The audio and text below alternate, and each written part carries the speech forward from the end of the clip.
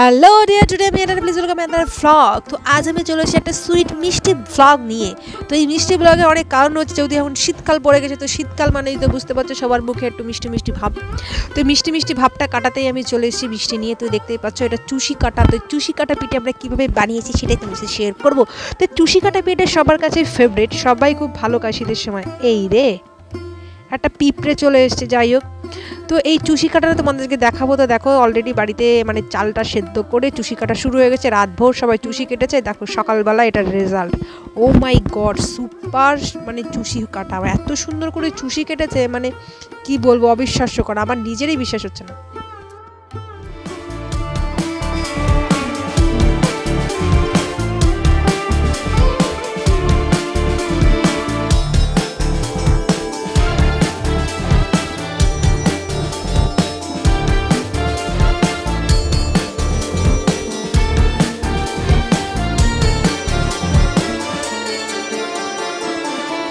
চলো এই পিঠে বা জাউটা কীভাবে বানায় সেটাই তোমাদের সাথে শেয়ার করি। তো ম্যাক্সিমাম সবাই জানে যে কীভাবে পিঠাটা বানাতে হয়। তো এটা একটা বাংলাদেশি ট্র্যাডিশনাল পিঠা। তো এই পিঠাটা এখন শুধু বাংলাদেশেই নয়, পুরো ওয়ার্ল্ড ফেমাস হয়ে গেছে। পিঠাটা খুবই টেস্টি এবং খেতে খুব ভালো। আর প্রসেসটা একটুখানি কঠিন, কিন্তু ভালো জিনিস তো একটু সময় লাগবে, একটু কঠিন তো হবেই। তো চলো তোমাদের আগে সেটাই শেয়ার করি। তো দেখতেই পাচ্ছ এটা এক হাঁড়ি দুধ রয়েছে। দুধের ভেতরে প্রথমে বড় একটা পাটালি গুড় দিয়ে দিয়েছি, মানে খেজুরের গুড়, চিনি দিয়ে করতে পারো, কিন্তু যেহেতু শীতের শীতের সময় শীতের আমেজটা তো রাখতেই হবে, তাই জন্য ইনপুট করেছি তোমার আর কি পাটালি গুড়। দেন তারপরে দেওয়া হলো লাল বাতাসা। লাল বাতাসাটা দেওয়া একটু কালারের জন্য, একটু সেন্টের জন্য। তো যাই হোক, খুব ভালো লাগে আর কি। আমাদের বাড়িতে আমার সব থেকে ভালো আর কি পায়েস বানায় আমার বড়দি। তো যাই হোক, ওর থেকেই শেখা। তো মা করছে, দেখো মা আর মাকে আমি একটু হেল্প করে দিচ্ছি, যেহেতু আমি ভিডিও করছি। তো দেখো সুন্দর করে এটাকে জাল দিতে হবে, ভালো করে কড়া জাল দিতে হবে। দেন তারপরে এর ভেতরে ইনপুট করতে হবে চুষি কাটাগুলো।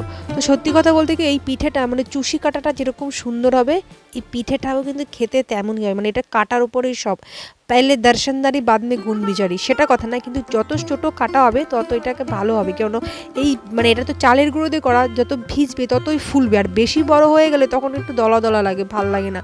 তো যাই হোক, তার সঙ্গে একটু চালের গুঁড়িও মা মিশিয়ে দিয়েছে, কারণ একটু দিতে হয়। তো যাই হোক, প্রায় হয়ে এসছে। এবার এটাকে পরিবেশন করবে। তার আগে এটাকে সুন্দর মানে থালি থালি করে কার কোনটা কার কোন ভাগ।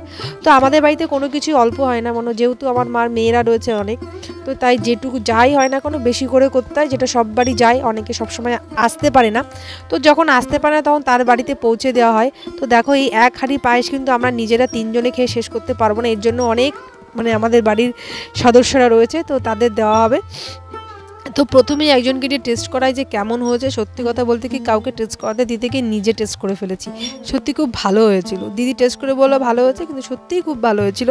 তো যাই হোক, শুকিয়ে নিয়েছিলাম যেহেতু আমরা আর কি ওই চালের ইয়েটা মানে কি বলে চুষি কাটাটা, তাই একটু শক্ত ছিল প্রথমে, কেন শুকানো যেহেতু, কিন্তু আর একটু সময় যাওয়ার পর ওটা পুরো ওকে হয়ে যাবে। তো দেখো দেখতে পুরো মনে হচ্ছে সিমাইয়ের মতো।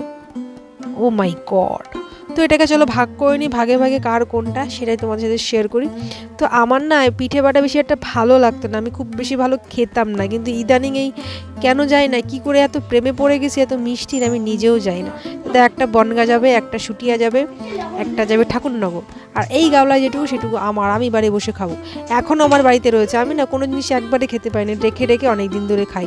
আর হাঁড়িতে দেখো একটু পড়ে আছে, সবারটা ভাগ। খাচ্ছিস কেন? খারাপ হয়েছে না খাচ্ছিস কেন? হ্যাঁ, খারাপ হয়েছে না খাচ্ছিস কেন?